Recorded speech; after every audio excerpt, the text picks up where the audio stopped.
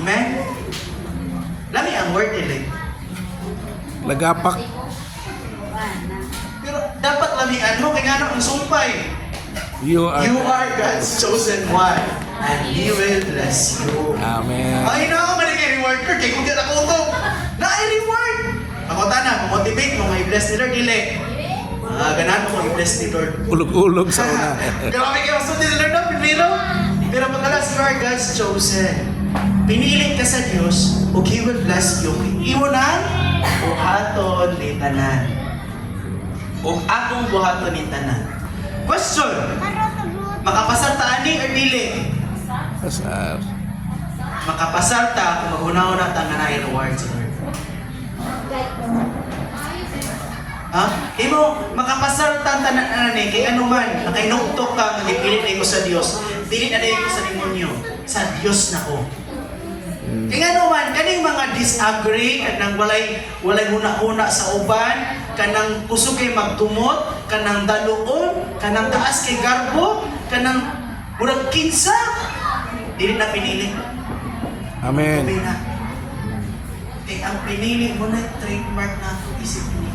Wow. Dili ta mo pato sa mga patulon.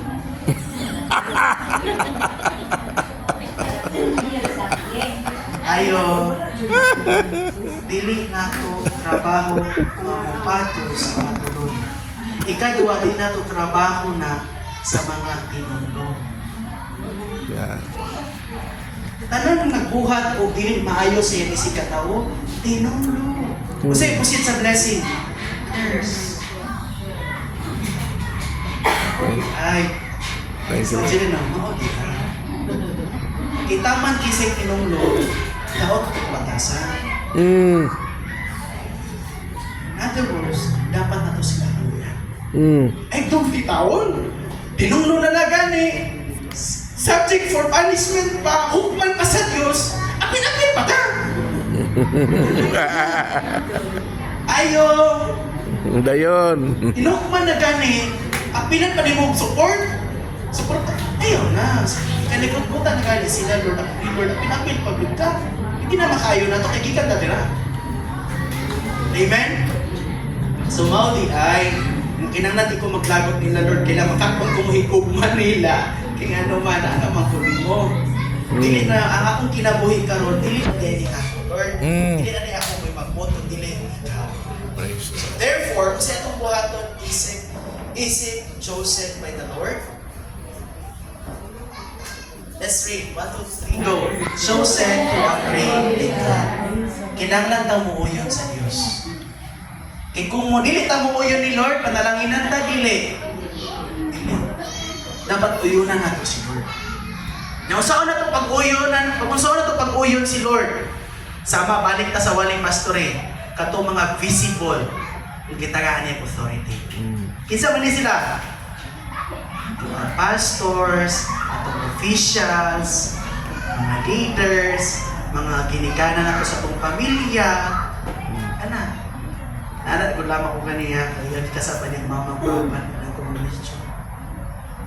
Taura na siya, kaya naman, mama papa, biya mo, isaligan biya sila ni Lord mo niya, nananaon ni mo, luwi kayo sila, ayaw, kaya naman, ginikanan na ni mo, bisa magkinaon sa, ginikanan na ni mo, ikaduwag mo lang na na. Isumpay pa kung word gagulang, kaya naman, ganun kung mo siya abot ng word gagulang, it's because, natungog ka na mismo sa papa, sa kong papa. The moment na namatay iyang papa, nagmahay siya, kaya nga naman, sulod sa pinakatuwing na nabuhay iyang papa, nakasukol siya. Nga na. Sugay. Nagmahay siya, kaya naman, nakasukol siya sa iyang ginikanan. Lisod kayo. Diya di mo mahinuktukan ang tanan kung wala kasi mo matubangan.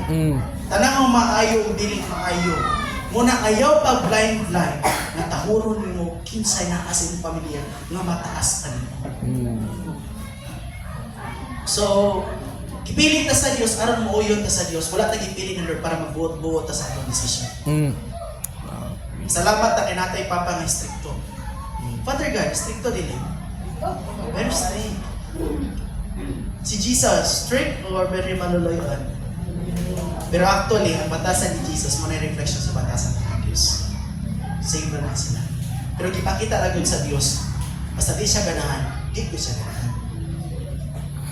Kung uyunan mo siya, malipay siya nimo o katagan ka niya o kagawin. Wow, lamingas pa pa. Pero yun na nakapas. Pag ako mag-leadership training pas, nalipay ka sa output ba kayo? Libre, ato tayo dito sa kuhan, di ba digest, no? 7-Eleven. So, kiki yung 7-Eleven. Proven by Ate Jess ang inana. So, same way the Lord. Kung malipay si Lord nato, ay, ayaw ka ulo nga na, maglibre ni mong kalit. Bantay na Pero di ba ako? Karang hapon niya po. Bantay na po sa bird. Ikaw na wala kayo. Hoy, nisumpay niya ako. Kung butol dito, nandito ako. So, same to agree with God. So, kung sa ilang trabaho, isipinili sa Diyos, o yun sa Diyos, bisa. Ang imong flesh ba? Pero, kabalo ka, ang pag-uyon sa Diyos, maghatag din healing sa aton. Praise the Lord. You know, dili. Makapataas ginanawa. Kataas ka. Makaginawa na katlalong, kaya nakapasaylo na ka. Lami na kayo yung aura, kaya tungod.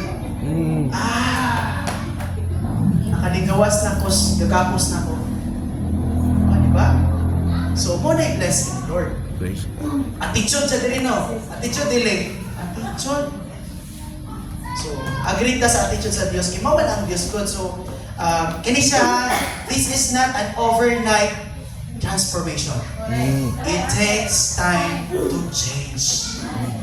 And even I myself, nakakalimuspog ako sa mga magingon. Kung man ito, hindi mo perfect. Kung kapalo pa naman mo Kuya Bernard, kabinungan nila sa ginagmera dito. Naagyo tatanan. Naagyo tagigunitan nga, kabalo ko, magpisan converted na mo, even you are born again, you still have even one weakness na wala din mo nabiyaan ka. Tapigan. Kitapigan, Ipalangga. kipalangga, naadyo. Giampingan pa yan. Mura pa sa kanya pa pastor. Ni Apostle Paul pa niya na siya nga tunok sa imong Kristohano kinabuhi. Tapos itunok, tagyo, mulugnot. Di ba, teachers?